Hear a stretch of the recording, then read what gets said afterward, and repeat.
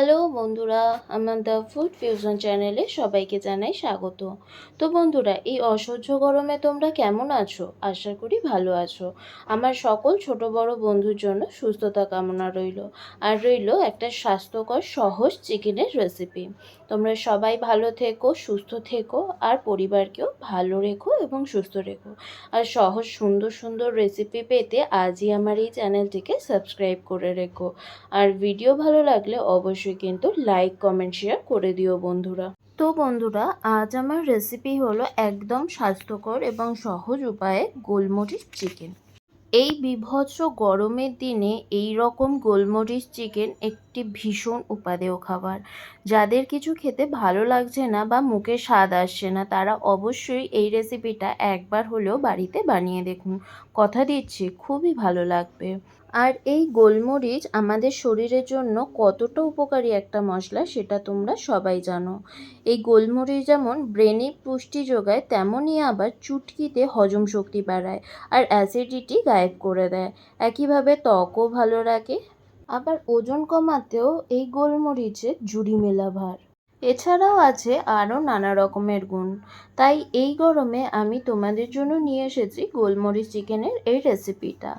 এই অসহ্যকর গরমে ছোট বড় এমনকি যারা ডায়েটে আছো বা স্বাস্থ্য সচেতন, তারাও কিন্তু এই রেসিপিটা মনের আনন্দে খেতে পারবে।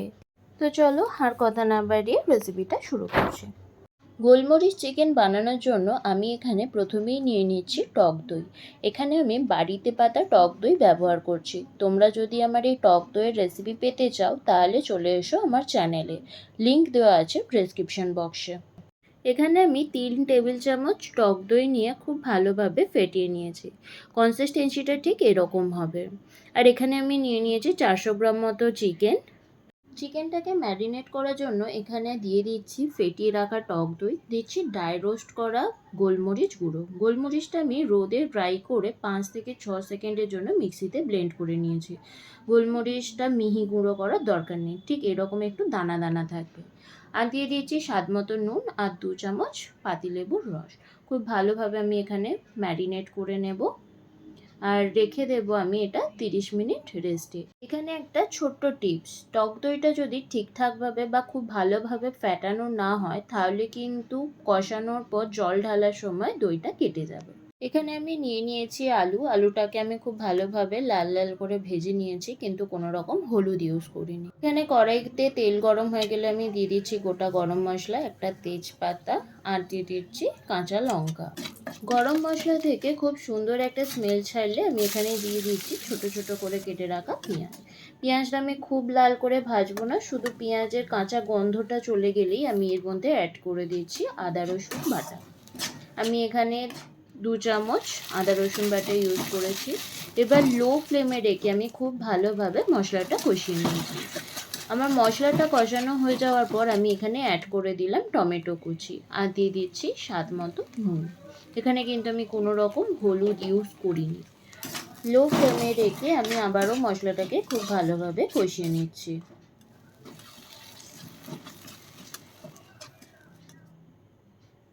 দেখো আমার মশলাটা এখানে খুব ভালোভাবে কষানো হয়ে গেছে। মশলা থেকে খুব সুন্দর একটা ফ্লেভার বেরিয়েছে, প্লাস তেলটাও ছেড়ে দিয়েছে।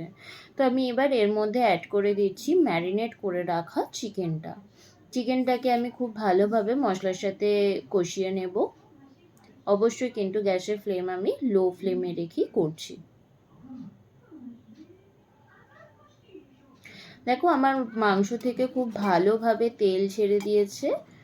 এবার আমি খুব ভালোভাবে নাড়াচাড়া করে নিয়ে এর মধ্যে অ্যাড করে দেব ভেজে রাখা আলুটা। আবারও আমি গ্যাসটাকে লো ফ্লেমে রেখে মাংস এবং আলু দুটোই খুব ভালোভাবে কষিয়ে নিচ্ছি। তোমরা চাইলে এখানে আলু কিন্তু স্কিপও করতে পারো। আমার ভাতের সাথে খাওয়া হবে বলে আমি এখানে আলু ইউজ করেছি। তোমরা চাইলে আলু নাও দিতে পারো এখানে। ভালোভাবে কষানো হয়ে গেলে আমি এখানে অ্যাড করে দিচ্ছি সামান্য পরিমাণে চিনি। টক দইয়ের টকটা ব্যালেন্স করার জন্য এখানে চিনিটা অবশ্যই কিন্তু অ্যাড করতে হবে। এবার আমি এখানে অ্যাড করে দিচ্ছি পরিমাণ মতো জল। আমি এখানে ঝোল রাখবো বলে একটু বেশি জল দিয়েছি, তোমরা তোমাদের পরিমাণ অনুযায়ী জল দিও। এখানে আমি লো টু মিডিয়াম ফ্লেমে রেখে মাংস এবং আলু দুটোই সিদ্ধ করে নিয়েছি। এখানে আমার রান্না হয়ে গেছে। গ্যাস অফ করে আমি ওপর থেকে দিয়ে দিচ্ছি কসুরি মেথি, দিচ্ছি হাফ চামচ মতো গোলমরিচের গুঁড়ো, আর দিচ্ছি হাফ চামচ মতো গরম মশলার গুঁড়ো, আর দিয়ে দিচ্ছি আমি এখানে 2 চামচ মতো লেবুর রস। চাপা দিয়ে রেখে দিয়েছিলাম আমি আধ ঘন্টা মতো ফ্লেভারটা আসার জন্য। এখানে আমার দেখো কতটা সুন্দর দেখতে হয়েছে আর খুব সুন্দর ফ্লেভারটা এসেছে, আর বিশ্বাস করো অসাধারণ টেস্টও হয়েছে। অবশ্যই রিকোয়েস্ট রইল তোমাদের কাছে, একবার এই রকমভাবে গোলমরিচ চিকেন বাড়িতে বানিয়ে দেখো, কথা দিচ্ছি দারুণ খেতে লাগবে। তো বন্ধুরা, এই হচ্ছে আমার আজকের রেসিপি। তোমাদের কেমন লাগলো অবশ্যই কিন্তু আমাকে কমেন্ট বক্সে জানিও। আর অবশ্যই আবারও আমি তোমাদের কাছে রিকোয়েস্ট রাখলাম যে বাড়িতে একবার হলেও এইভাবে বানিয়ে দেখতে পারো। আমার আজকের এই চিকেনের রেসিপিটা সত্যি অসাধারণ স্বাদ হয়েছিল, বিশ্বাস করো। আমি এত চিকেন রান্না করেছি বিভিন্নভাবে, তবে এই চিকেনের স্বাদটা আমার কাছে একদম অন্যরকম ছিল। আর তোমরা দেখতেই পেলে আমি কিন্তু এর মধ্যে কোনো রকম মশলা সেরকম ইউজ করিনি।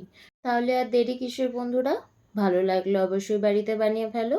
আর আমার রেসিপি যদি তোমাদের ভালো লেগে থাকে তাহলে অবশ্যই কিন্তু লাইক কমেন্ট শেয়ার করে দিও। আর হ্যাঁ, অবশ্যই সাবস্ক্রাইব করতে ভুলে যেও না বন্ধুরা। তো চলো আজ এখানেই শেষ করছি, দেখা হচ্ছে নেক্সট ভিডিওতে নতুন কোনো রান্নার রেসিপির সাথে। এই গরমে তোমরা সবাই সুস্থ থেকো, ভালো থেকো, আর অবশ্যই সাবধানে থেকো। টাটা।